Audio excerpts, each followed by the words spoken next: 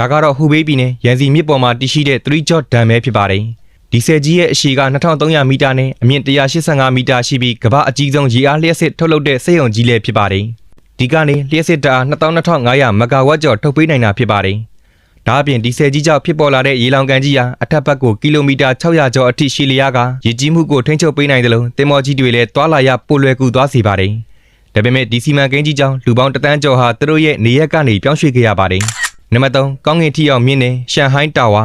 ရှန်ဟိုင်းမြို့ရဲ့အထင်ကရအဆောက်အုံကြီးဖြစ်တဲ့ရှန်ဟိုင်းတာဝါဟာအမြင့်632မီတာရှိပြီးတော့တရုတ်ပြည်မှာအမြင့်ဆုံးနဲ့ကမ္ဘာပေါ်မှာတော့တတိယအမြင့်ဆုံးအဆောက်အုံကြီးဖြစ်ပါတယ်။ဒီတာဝါကြီးမှာအထက်ပေါင်း128ထပ်ပါဝင်ပြီးလူနေအိမ်ကြီးရုံးခန်းတွေနဲ့ဟိုတယ်တွေပါတဲ့ဒေါင်လိုက်မြို့တော် Vertical City တစ်ခုကိုစောက်ထားပါတယ်။ထူးခြားတာကဒီအဆောက်အုံကြီးကိုအောက်ခြေကနေအပေါ်ဆုံးအထိ120ဒီဂရီလိမ်ပြီးစောက်ထားတာဖြစ်ပြီးဒါဟာလေပြင်းတန်ကိုခံနိုင်ဖို့နဲ့တိဆောက်ရေးပစ္စည်းတွေကိုရှော့ချသုံးစွဲနိုင်ဖို့အတွက်ဖြစ်ပါတယ်။